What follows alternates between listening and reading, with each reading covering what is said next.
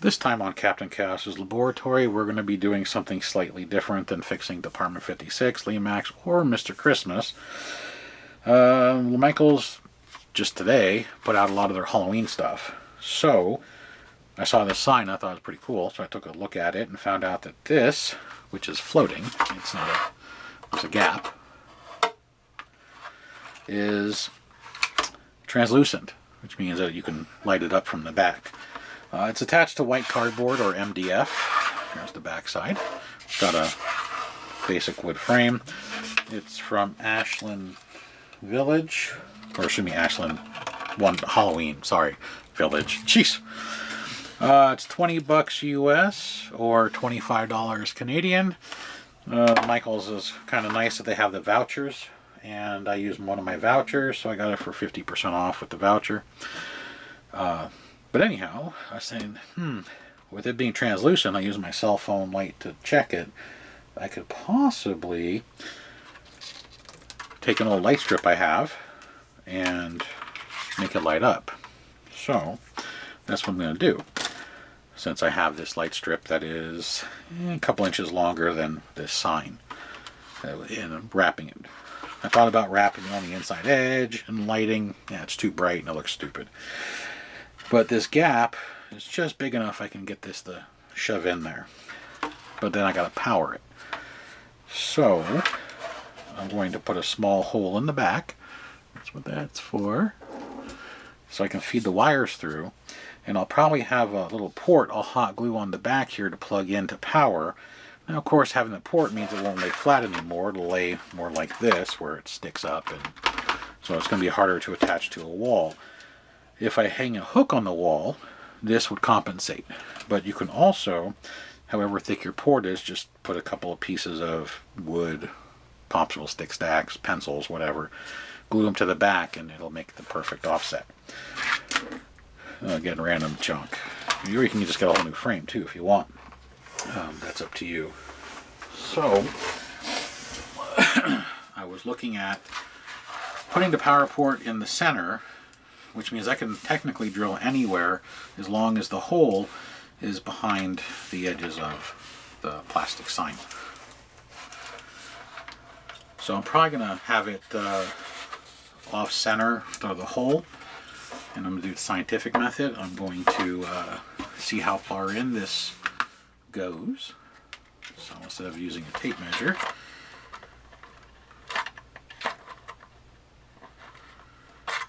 so that's about where the edge of it is. So I need to go just behind that so I can still be behind the plastic, but still have a hole. And then you got to be careful because the black coloring that is here is applied to the back. So if you go too fast or too hard and you scratch, you're going to have a mark on the underside. A way to mitigate it is you can shove something underneath it, which the amount of crap I have lying around me figures I'd have something that I could do that with.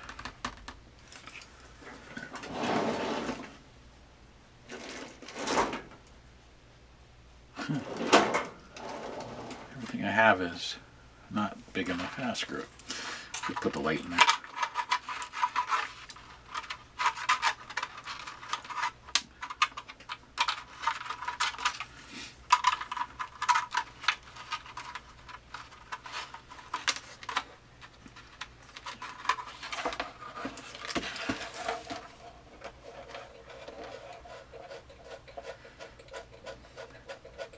Not going so hard that I'm gonna go all the way through into the light, just enough to make a small like that. So now I'm through.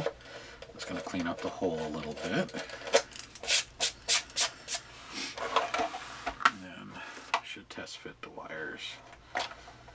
The wires don't fit because they're slightly bigger, so I can oval the hole. Or, because it's two separate wires, I can technically just make another hole directly next to it. I could use a bigger drill bit, this is the biggest one that I have for my hand or thumb drill.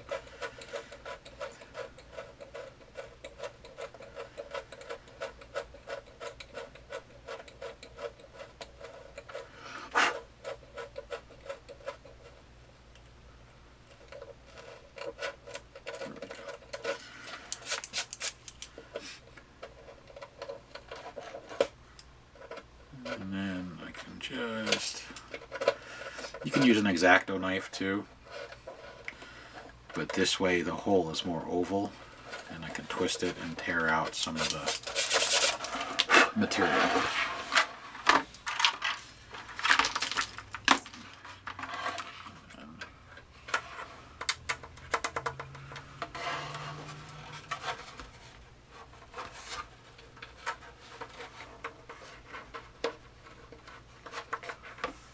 And there's my wire.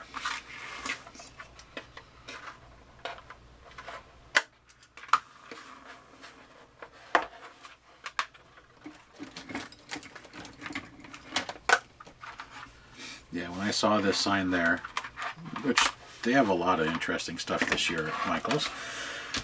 They have skulls and signs, and which they're all busts basically. They look like they're neon. It's just fluorescently painted metal attached to black wood. And then I saw this one, and this one stands out, and it's more like a shadow box, free float. And then I'm like, yeah, I think I can make this look better, at least better than me. Now, we're going to try and measure my wire to know where I need to trim this. I'm going to have to solder this on before I set this in.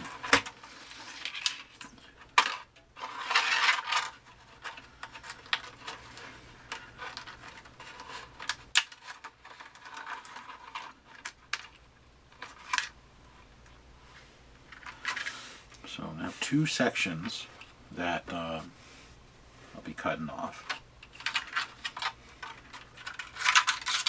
Now this is the kind that if you stick it to the back, this red comes off. It's double back tape. They do make it where it does not have tape. It's harder to find though, but I do have some. But it's a little wider. This is just under a ½ an inch wide, I believe. A little over a quarter. And most of the ones that I have that don't have the tape are a ½ inch wide, which it's a little too big. So we'll set that out of the way.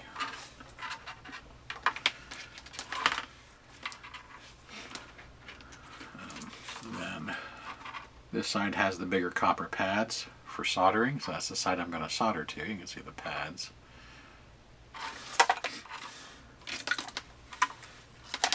But in the meantime, I'm going to see if I can get this to go under and stay standing on its edge. And this is where it's going to get tricky. So, use something that's got a little bit of a bend to it, because I don't want the lights this way, because then they'll just shine through. And if they're this way, pretty much off, I need them to shine up towards the center.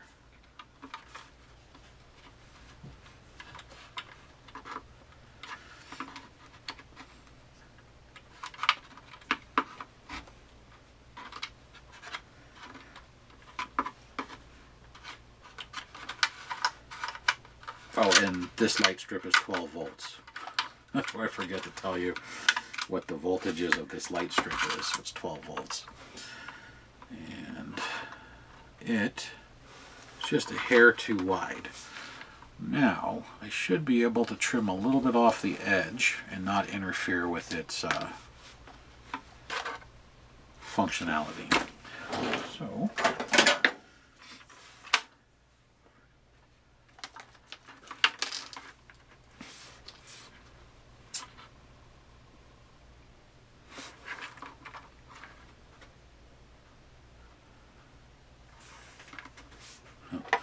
I realize the side I cut off has the plus and the minus to tell me which is hot and which is not. So I'm going to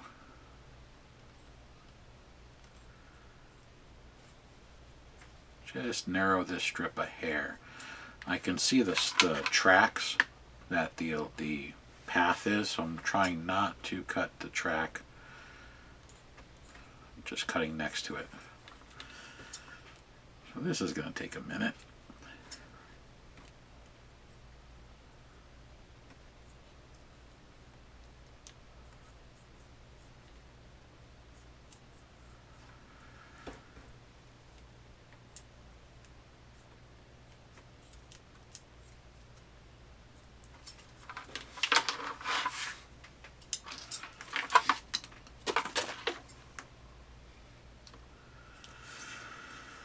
I could technically try and pop the sign off and put it back in, but I don't want to damage that sign.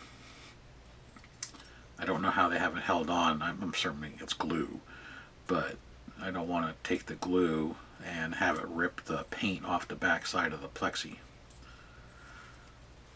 because then the sign would be ruined and it'd be out $10, and then to replace it would cost me $20.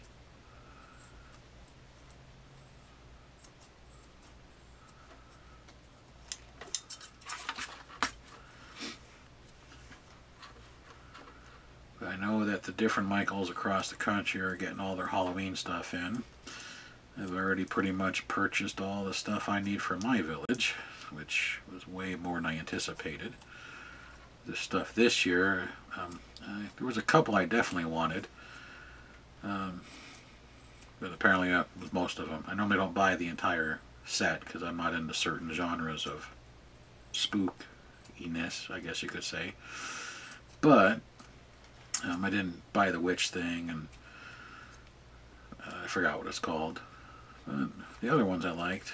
And then, of course, I also looked at them all so I could see what's going to break, because they're all going to break. Also noticed this year they used magnets more than they have in the past on some of their pieces. So like the cages on the one that vibrate on the front of the building, those are magnets. I was pretty surprised. Magnetically run things have been around for a long time, and it's interesting to see them starting to use them on the pieces. Because, well, the magnet part doesn't fail. The electromagnet part can, but magnets are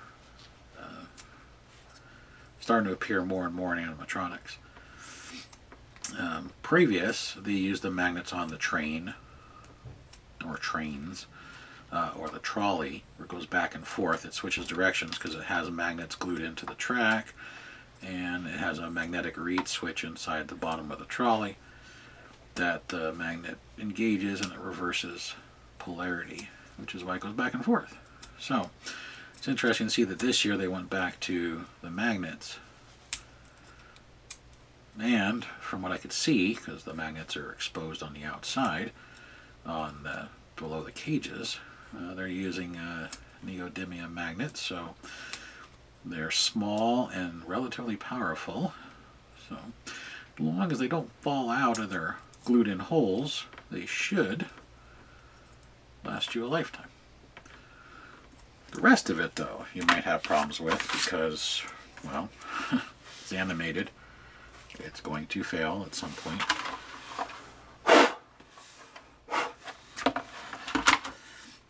I also noticed this year that some of them looked a lot better than previous years, and the price points are much higher.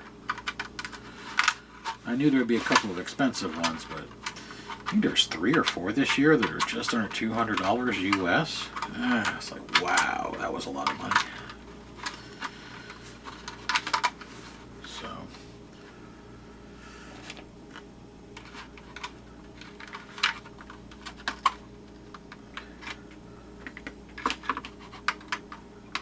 I was surprised at some of the prices. Still bought them, because with the Michaels rewards you can get the vouchers and the coupons, and you can make them cheaper than online in some cases, and plus they're local. I don't have to wait for UPS or FedEx to break them for me. I can break them myself.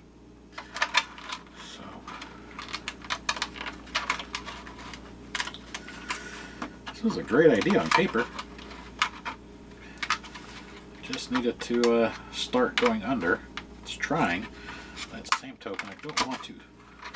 There we go. I don't want to damage the sign.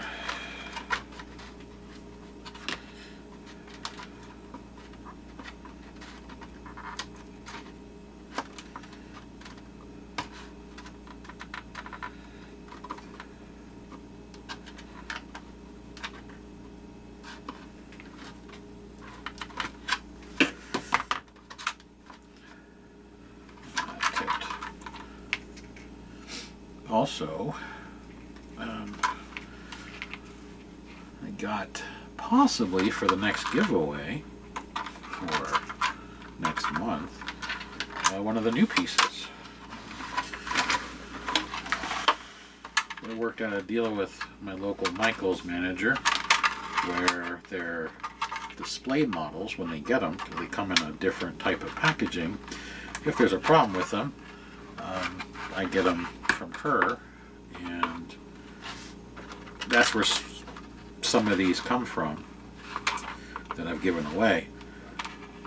Now the packaging is a little different this year. The displays didn't come in a foam insert. They just came wrapped in bubble wrap. So that was kind of strange that they cut back on how they ship some of them. Now I don't know if that's from Lemax directly or if that's from Michael's headquarters. I don't know. But I thought that was kind of strange that they came without full packaging.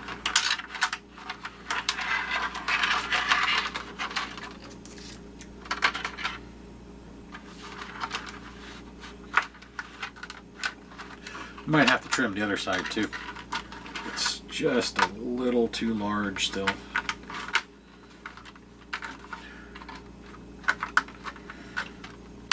If I can get it in, I would just tear off the red tape and leave the exposed sticky to dry out in the air, and that way you wouldn't see it.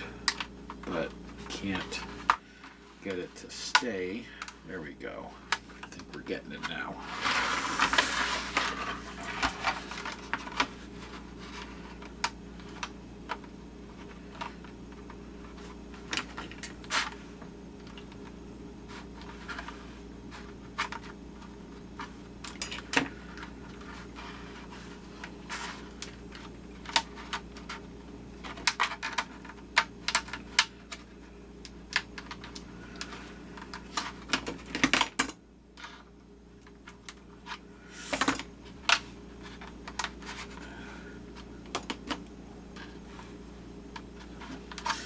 Anyway, going back to the new pieces for this year, I was surprised that some of them were way better in person than the catalog.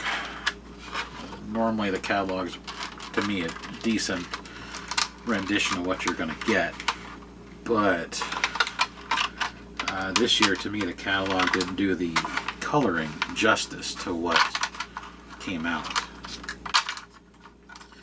I was rather impressed with the paint jobs on some of them. Now I know they'll vary because every batch is slightly different, but overall, I'll be honest, I think this is probably the best looking year, in my personal opinion, of the pieces. I don't do reviews.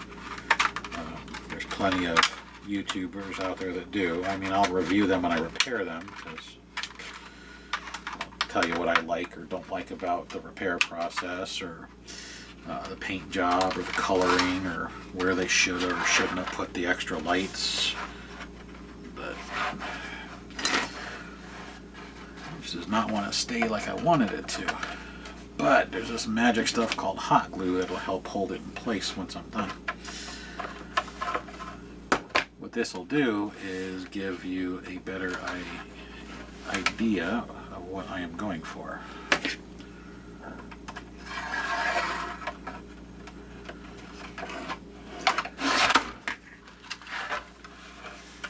Kind of wish they made the light strips just a little thinner. When they get a little thinner though, they usually just make them into fairy lights with the strings. That probably would have worked too, but they're usually not as bright as I like, because this has got to illuminate through the dark coating. And of course it keeps twisting on me. It's almost perfectly in there, but it keeps twisting.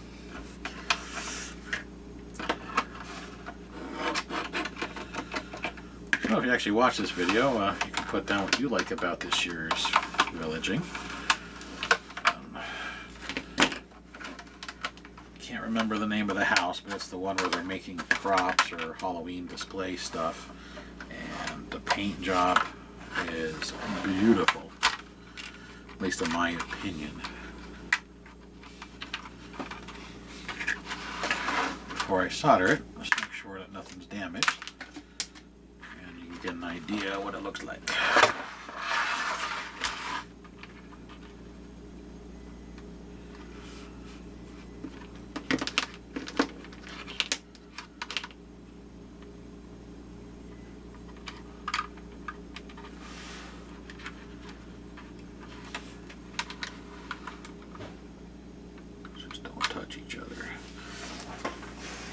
off some lights.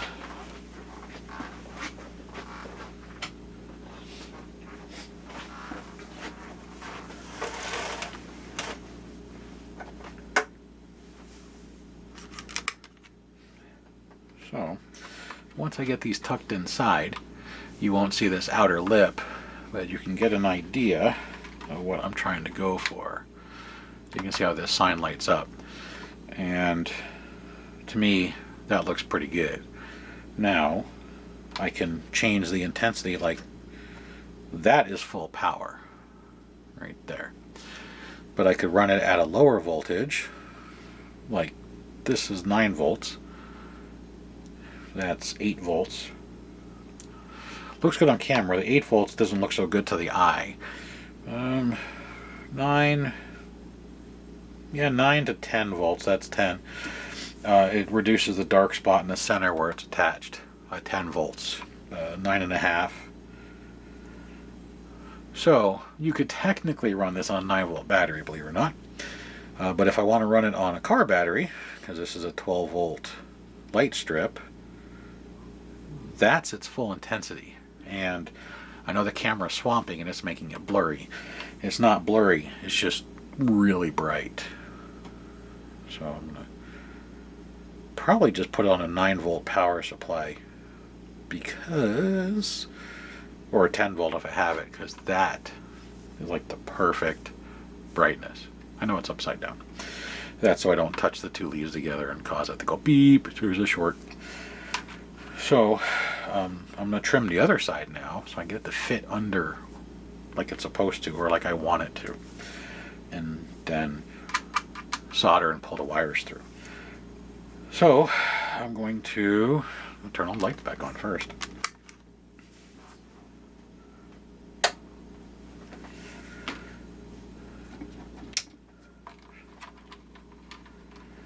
So you don't have to watch me trim this again. I'm going to trim this again and get it shoved in. I might have to put a dab of hot glue in the corners to hold it from bowing out.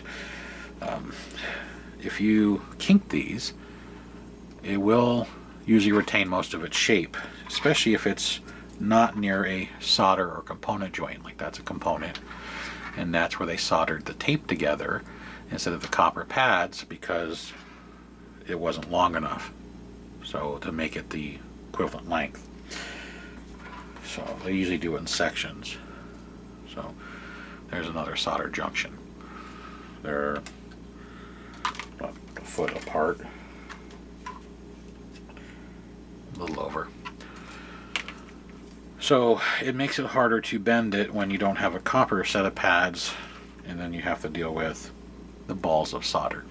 You can thin the solder out with your soldering iron and flex them. You just risk cracking them. I might do that. I might shave them down a little, suck some of the solder off of them. But that solders, because the strip lights isn't one continuous strip.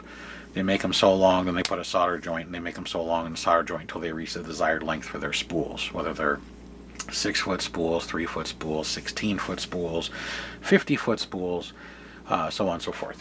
So if you're working with tape lights or light strips, just be aware that if you're trying to bend them, you might encounter solder balls. So, and this one's got 2. One there. Oh, sorry, this one has 1.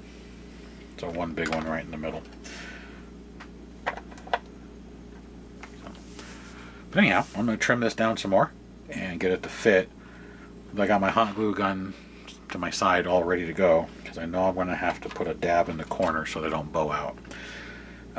I'm hoping it will just stay in under its own pressure with the gap in the sign. That's my goal. So be back in a moment, and then we'll work on this. I also need to find a power port that fits a barrel end like that. So I need to go through my power ports. I thought I had one lying around here, but I don't see it. So when this is done, I can make it a plug-in sign and hang it probably around my display. So when I turn on my display, this lights up in the corner or something. So But I'll be back in just a moment. Alright, I'm back. I got it trimmed a little more to where I like it. It's not 100% perfect. I'll do some more adjusting, but there it is. And you can see the double back tape foam blocks. And there's one there. And there's this one's a larger one. It goes from here to here on the bottom, and then there's two shorter ones. And maybe so when light reflects off the white, you get it even around the happy, so it's brighter because it's smaller. But that's what those dark patches are. I didn't realize you'd see them so well. Now this is 11.5 volts. I bumped up the voltage a little to make it more visible. But what I ended up doing was, instead of just showing the gray backer after I peeled off the red, is I actually peeled off the tape, so it's just black. The lights are supposed to be under the edge. I did glue it. Some of the glue pushed out, like on this corner where it's brighter, so I'll have to squeeze it back together. And turn the lights back on. That's 1 and 2. Leave the other one off for now. So I just have it hooked up to the leads directly, because I wanted to show you a couple of options. So if you're not good at soldering, that part right there where it's soldered would be kind of difficult. But you can get this style where you just screw the wires in and then you plug it in right there. Or this is the what's inside, like your house is, where it's soldered to a board or to a block. It's the same thing, just smaller. As you can tell, the size difference is dramatic. I'm going to use the solder style and solder it to the back.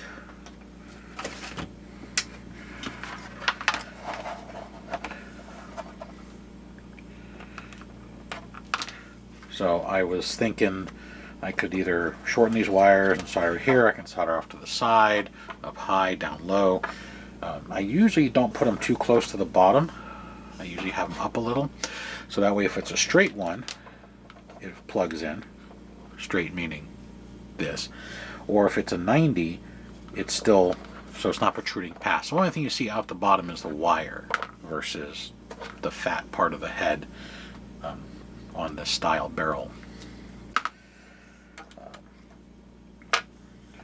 Also, it allows, so let's say if I put it up here and I decide to run power from the side, I have enough room to loop it without it protruding out the bottom.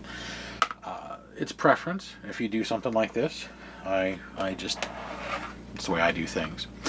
But you can see the tape is gone, and you can see the solder junctions where the tape is all black, and then there's on the back side is a couple solder pads, and that's where they extended the tape, which on this one is just that one spot, I believe. Yep. So that solder on the front, which I did thin out so it's not so thick, that's what it looks like underneath the actual sticky part. So you will find a solder junction here and there, and that's because the strips are 3-4 feet long and they solder them together into the appropriate lengths for their spools. So I'm going to go ahead and set this up here, and I'm going to loop this around and solder it there.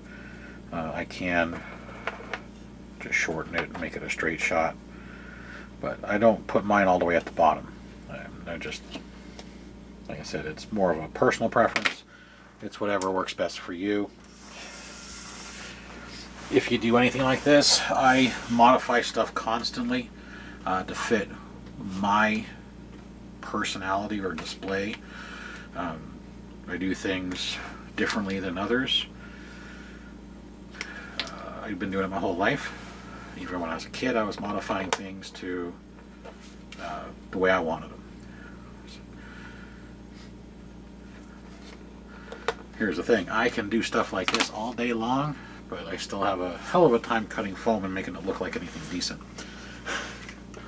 And I watch all the people online. I've seen Carl and Stefan do stuff in person.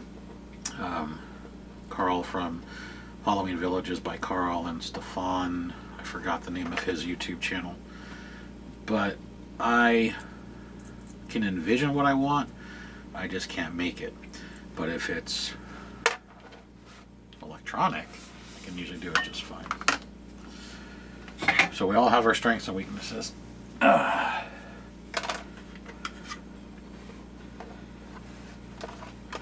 So I added a little flux, and I'm going to pre-tin these. And tinning them is where you put solder on the bare copper and let it soak in so you have shiny silver pads.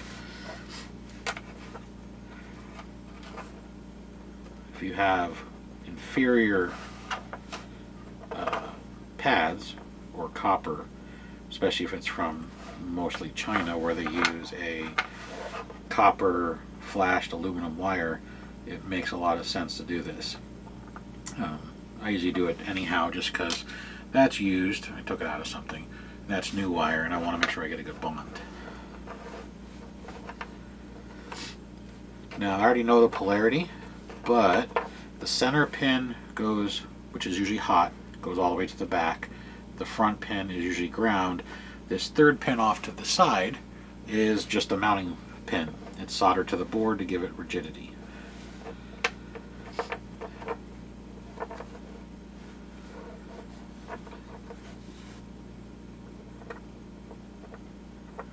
So it doesn't conduct electricity.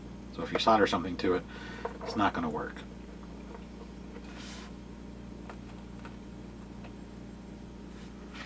There we go. So now we have it soldered. And I'm going to plug my glue gun back in because my battery operated one died. And I'm not talking the battery died, I mean it just died. So I'll have to take that apart and see what's going on with it.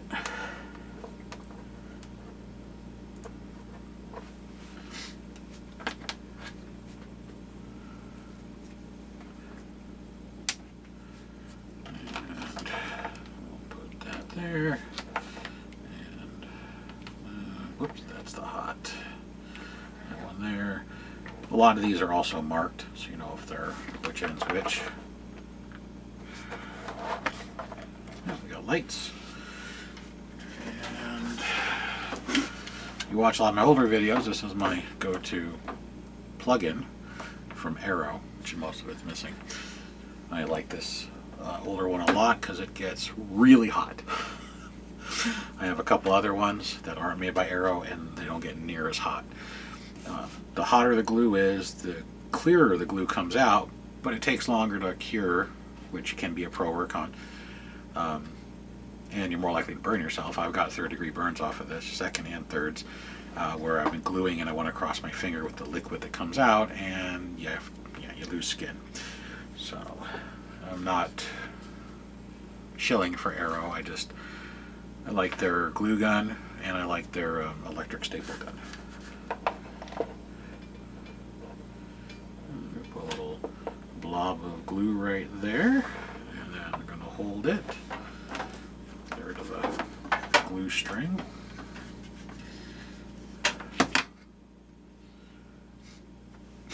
The glue I'm using is Bonder, which I love this stuff. It dries clearer and it bonds way stronger. And you can buy it in rolls at 77 feet. You can get it in shorter amounts if you want to. And then to make sure the wire doesn't accidentally get pulled, I'm going to put a little bit around the hole. And then I'm going to put a little knob right there to help hold it. Looking for something heavy to put on it to hold it so I can unplug the glue gun. I'll just use my finger.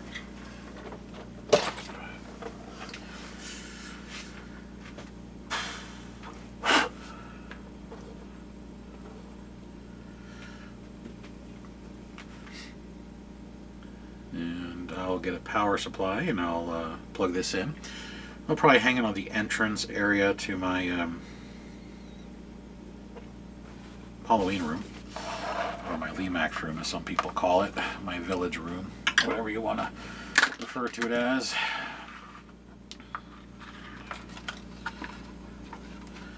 Apparently I picked up some glue strings that were on my bench when I laid it down. There we go. So, there she be.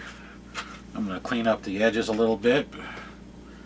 It's going to be 6.5, 7 feet off the ground, so it's not going to be pristine because you're not going to see it unless you're on a ladder.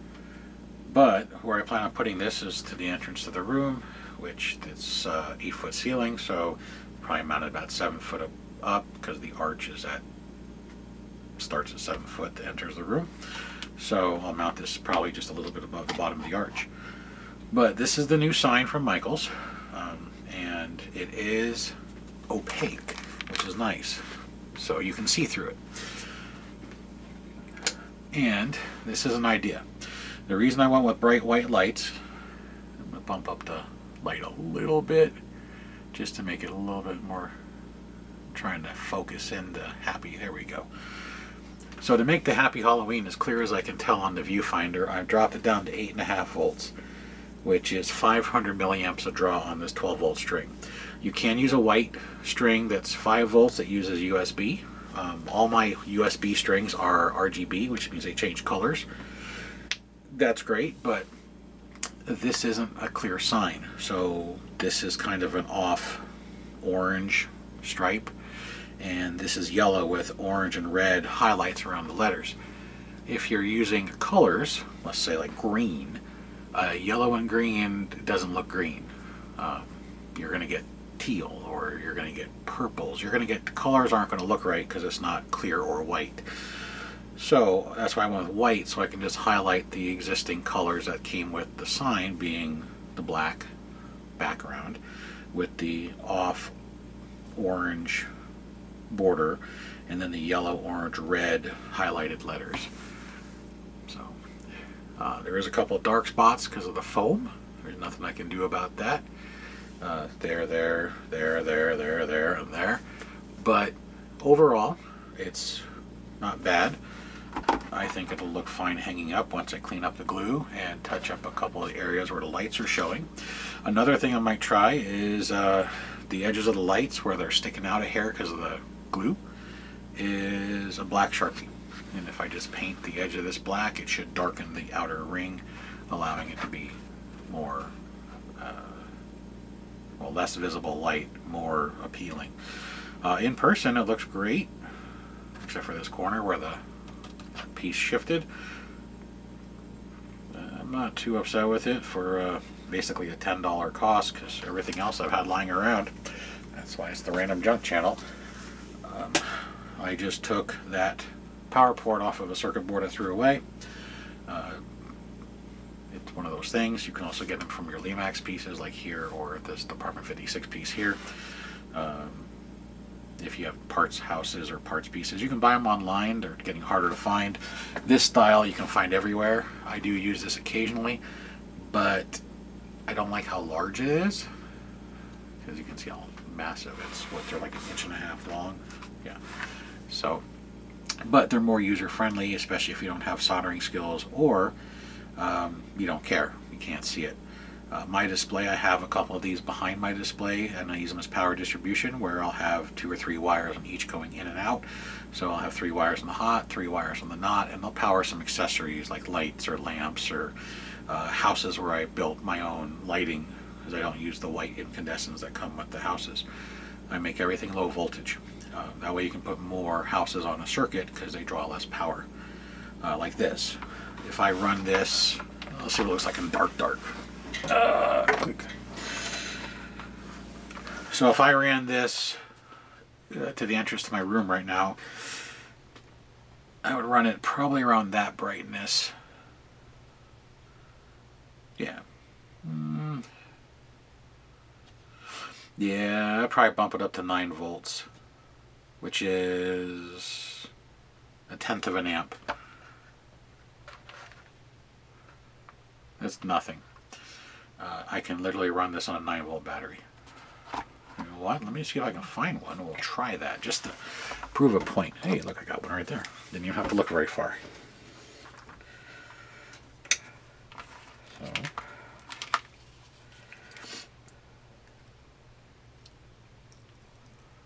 look at that. See? 9 volt.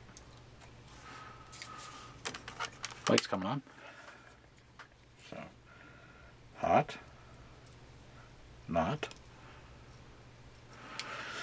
So that's what's nice about doing projects with LEDs. If this was a 5-volt one, you could use a 9-volt battery with a resistor and it would last you a really long time. This being a 12-volt light running at 9 volts, it'll last longer, but it won't last as long as the 5-volt USB style. So, but this might give you an idea, something you may do. You don't have to copy me, or you can. I don't care. I'm not marketing this or anything, but hopefully it's just something to give you some inspiration. I just got to clean up all the glue strings that stick to this plexiglass plastic face, whatever the hell it is, and I think hanging it, I might just put something over here to balance it out so it's not sideways, and just use a small hook because this is a rather large clasp or latch, and we should be good.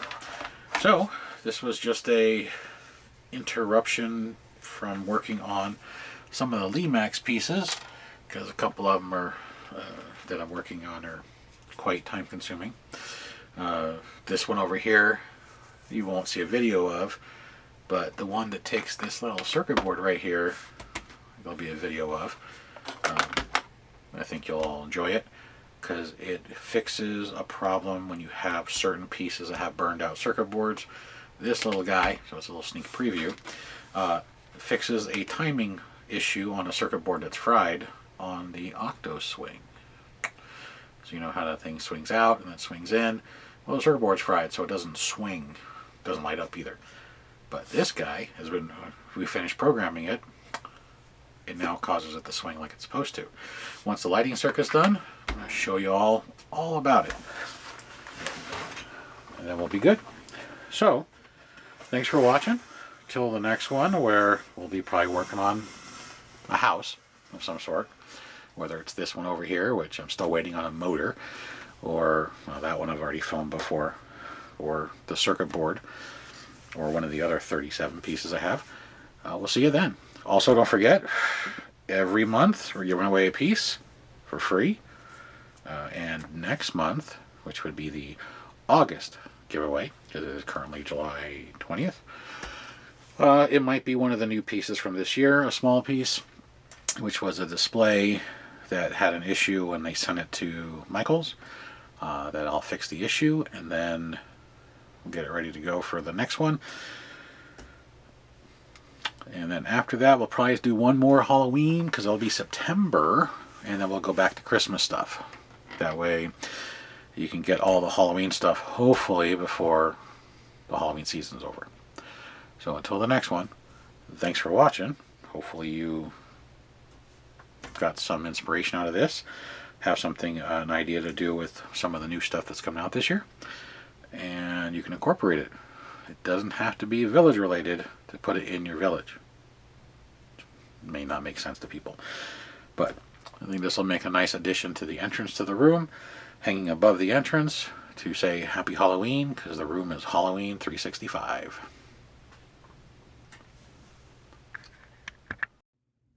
Here it is hanging above my entryway to the Halloween room, and that's at 8 volts, and it's plenty bright. You can see on the ceiling fan. So it looks pretty good. I like it. I did darken some of the lights a little bit, but it gives you a basic idea what you can do with it.